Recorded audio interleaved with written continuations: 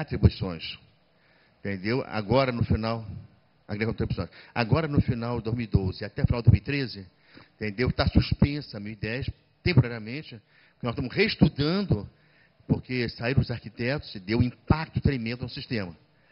Tá? Mas, após dezembro de 2013, a 2010 vai voltar, talvez com roupagem, e voltará também a parte de doutorado. Agora, aproveitando, é o seguinte, fale um pouco da parte do licenciamento do Porto Maravilha, entendeu? É porque eu sou vice-presidente da Liga Portuária. E muita coisa está descoberto após os licenciamentos que foram dados. Inclusive, vamos dizer, tem até um canhão aqui no Cabaré Caleza, ou Clube Caleza, entendeu? No banheiro masculino, tem um canhão, né, que foi retirado dessas obras do Porto Maravilha. Agora, outros canhões foram descobertos também. Mas é o seguinte, muitas surpresas aconteceram após o licenciamento do Porto Maravilha. Obrigado.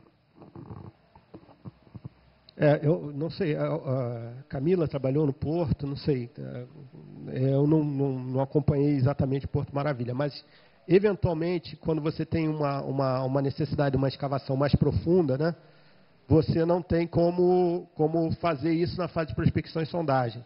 Eu acho que no Porto Maravilha a gente tem muito disso, né?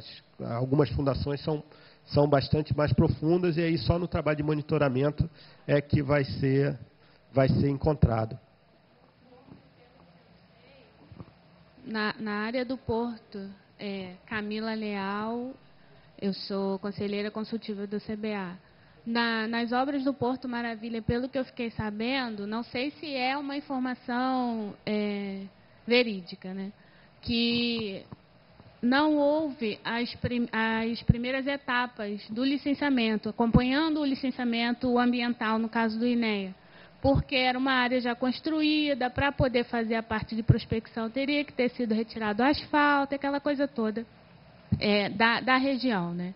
Então, só foi feita a parte de monitoramento durante as obras. Então, a partir do momento que houve a primeira intervenção de solo, o pessoal do Museu Nacional já estava em campo para poder fazer isso, né? Da professora Tânia. Aí... Não há problema desse tipo de coisa ser feito, desde que a obra pare para o trabalho de arqueologia ser feito, né? Agora, é um problema da obra você ficar com ela parada esperando fazer. Por isso que a prospecção é um grande negócio para o empreendedor. É um outro problema.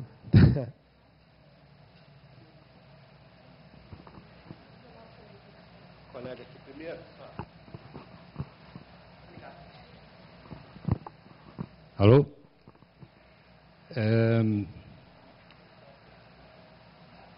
Vocês vão me desculpar que meu disco rígido está cheio, a minha memória RAM está meio devagar. Mas, às vezes, eu esqueço as palavras que eu quero usar.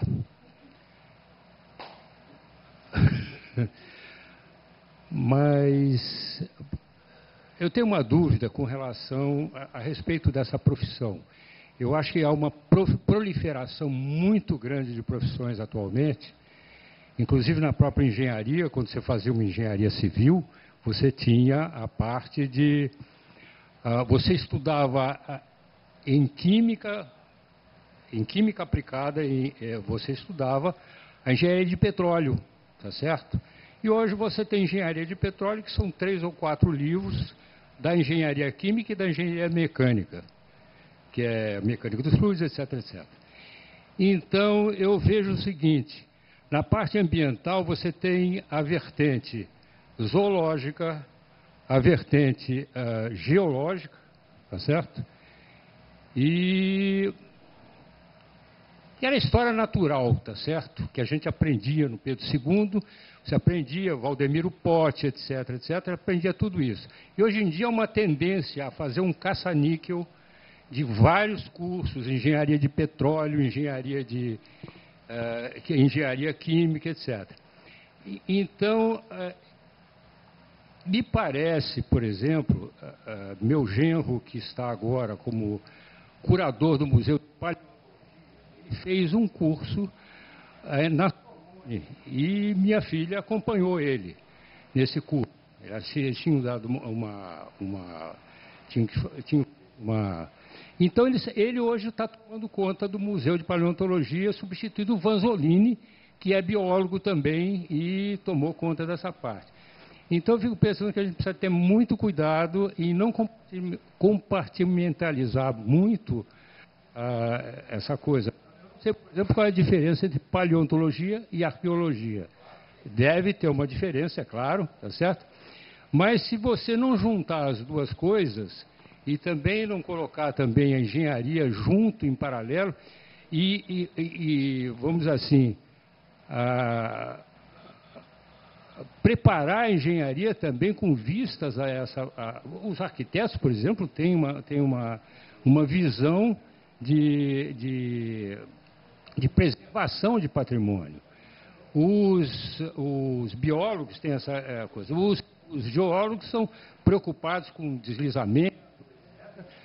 E isso tem até numa enciclopédia Conhecer, de criança quase, de juventude, que começava com uma parte muito grande de geologia, de ecologia de origem geológica, estudo de todos os problemas que poderiam ocorrer. Então, a pergunta que eu queria fazer é se já não existe uma estruturação, não existe um órgão que possa estar preparando isso, tomando inicialmente com o modelo como tem a Sorbonne, parece que no Museu des Hommes, e começar já a estruturar essa parte de juntar, agrupar a paleontologia e até com uma especialização já de ciências já estruturadas. Porque o que eu sei, por exemplo, que o meu genro, o Roussan Eldin Ezarre, ele está no museu, ele fez esse curso na Sorbonne e viaja, vai para Nova York, etc., para ver peças, arqueologia fora daqui. E ele fez o curso de biologia aqui no Brasil, até numa universidade ligada ao Pedro II, que depois foi fechada. E hoje os dois são professores da USP, nessa parte. Quer dizer, a ideia que eu tenho é o seguinte: nós estamos dividindo muito as profissões, estamos separando demais, estamos compartimentalizando, e depois acontecer esses conflitos, principalmente de origem política. Hoje em dia, por exemplo, quem decide se vai fazer o Porto o Porto Maravilha, são dois geólogos que chegam lá e dão duas marteladas na perimetral, simbolicamente querendo dizer que ele vai, mesmo que o clube de engenharia diga que aquilo precisa ser estudado melhor, de forma melhor, eles vão pegar, acabando dando uma martelada em cima, simbolicamente dizendo que vai, de qualquer jeito, derrubar aquilo lá, botar um túnel por baixo, vai ter água de percolação, vai ter laje de subpressão, ninguém sabe dizer se fizeram um corte, dizendo que vai entrar um navio lá, vai ter ele vai funcionar como um êmbolo, com uma carga dinâmica, se vai pressionar o lençol freático, etc, etc. Quer dizer, eu não sou especialista nessa área, mas eu fico pensando, como eu vi construir o Cravo Peixoto e o Hugo Accorsi, meu colega, lá na ponta, tocando aqueles viadutos, e depois você vai derrubar tudo de novo. Se naquela época o DR fazia estudos, tinham grandes engenheiros lá dentro que faziam estudos. Quando eu perguntei aqui numa reunião por que não fizeram esses estudos, ou se estão fazendo, disseram, não adianta, o engenheiro da empresa pública, ele faz, mas o político vem e ele baixa a cabeça para o político. Então, E eu tenho a impressão que isso não aconteceu. Por exemplo, agora estão ameaçando de fazer a demolição da Casa do Rondon, também é um patrimônio. Eu não sei se foi um ditador militar também que fez isso, o Eduardo Paes, que é o mesmo geólogo que derrubou, que quebrou com Lula a maquete, tá certo? Então, em suma, a memória RAM falhou. Bom, eu vou tentar responder, né? Em parte, né? O meu tio, né? O meu tio que estudou no Pedro II também, né? Já falecido, disse: olha, o Brasil era bom mesmo que só tinha 3 profissões, né? Era médico, advogado e engenheiro, né? Depois que começaram a criar as coisas, né? Eu compartilho com da sua aflição, né? Porque hoje em dia a engenharia, por exemplo, a engenharia adora criar engenharias, né? Então hoje em dia nós temos 2 engenharias, que é a engenharia do nada, né? Nós temos a engenharia de produção, né? E nós temos a engenharia de meio ambiente, que o engenheiro de meio ambiente não pode assinar projeto de estação de tratamento, porque ele não é sanitarista, ele não pode assinar um reflorestamento, porque ele não é engenheiro florestal, ele não pode nem assinar qualquer coisa de processo, porque ele não é engenheiro de processo. Então, essa proliferação de profissões é muito da engenharia, né? O que eu posso dizer é o seguinte: a arqueologia, como atividade, não como profissão, mas como atividade, ela já é reconhecida já há tanto tempo quanto a engenharia, né? Quer dizer, a gente tem pessoas que já eram arqueólogas desde o século XVIII, né? Isso não quer dizer que o espaço do arqueólogo enquanto atividade profissional não esteja bastante bem determinado, né? O historiador não é arqueólogo, né? O sociólogo não é arqueólogo, o economista não é arqueólogo e o arquiteto não é arqueólogo. Isso está muito claro, né? Aí, quando a gente pega o engenheiro de meio ambiente, né? Só para fazer uma comparação, o engenheiro de meio ambiente pode ser um biólogo, pode ser um geógrafo, pode ser qualquer coisa, né? Na arqueologia isso não existe, né? O arqueólogo, enquanto uma atividade profissional, uma atividade específica, né? Como uma cadeira acadêmica, ela é muito bem estabelecida, né? A nossa preocupação nesse momento é pegar uma comunidade que já está estabelecida, né? E democraticamente, né? Estipular quem é arqueólogo e quem não é, né? Mas isso tem que ser feito de uma forma democrática, né? Tá? Então não é uma proliferação de uma nova, é uma coisa que já existe efetivamente, tá? Tá?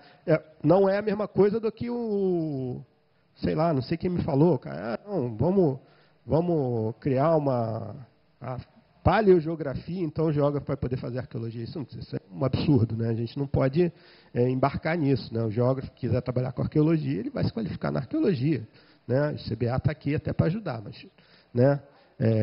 Isso é importante, tá? A diferença entre arqueologia e paleontologia é uma coisa que a gente sempre fala, né?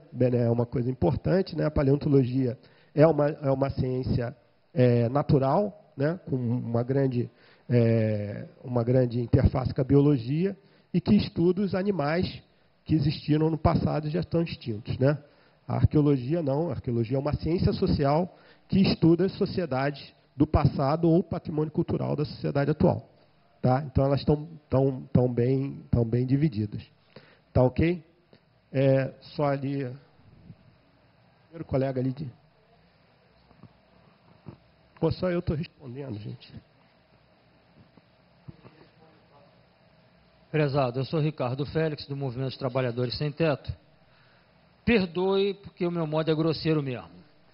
Nós temos aqui, na Avenida Barão de Tefé, em frente ao prédio do Ação Cidadania, o antigo Cais do Valongo. Pela profundidade em que aquilo ali está cavado, dá para ver que muita coisa, né, da face original do Rio de Janeiro que vai encontrando ao mar, foi desfigurada por aterramentos sucessivos. Então, em que arqueologia talvez até alavancada com a antropologia, não poderia fazer um levantamento melhor desses contornos para evitar uma série de estupidez que pode acontecer ali, uma vez que não existe projeto para aquilo. O que existe, que eu saiba até hoje, é um show de AutoCAD dirigido por Steve Spielberg, que está sendo aí colocado para a sociedade, né, de uma maneira geral. Então, gostaria de saber isso. Colega, olha só, assim, eu sou geógrafo também, né, e tenho uma participação grande na parte de geotecnia, e a gente espera que o projeto de engenharia tenha cumprido essas etapas prévias de levantamento de subsolo, de levantamento da própria estrutura do solo, para poder verificar como essas obras vão ser implantadas, né? Eu não tenho conhecimento do projeto que foi feito. Espero que não seja um projeto apenas de AutoCAD, seja um projeto com base, apesar do que a gente sabe que essas coisas... Tá, então... Tá. Tá. A participação do colegiado dos arqueólogos tem sido no sentido de acompanhar as obras, né? Tá? Não sei se a colega aqui deve ter acompanhado aqui, ela pode te falar melhor. Meu nome é Simone. Eu participei do diagnóstico do Porto e é um documento público, né? E está lá, né? Foi feito um levantamento enorme e eu achei até interessante quando você lê a notícia no jornal dizendo que foi descoberto o Cais do Valongo, né? Está lá no diagnóstico o Cais do Valongo, toda aquela área. Agora, se não fizeram como estava sugerido lá no diagnóstico, isso também tem o que fazer. Então, colega, estava no EIA-RIMA ou era um diagnóstico à parte? E está no IFAM, né? Quer dizer, na biblioteca do IFAM, certamente esse documento está disponível. No INEPAC também.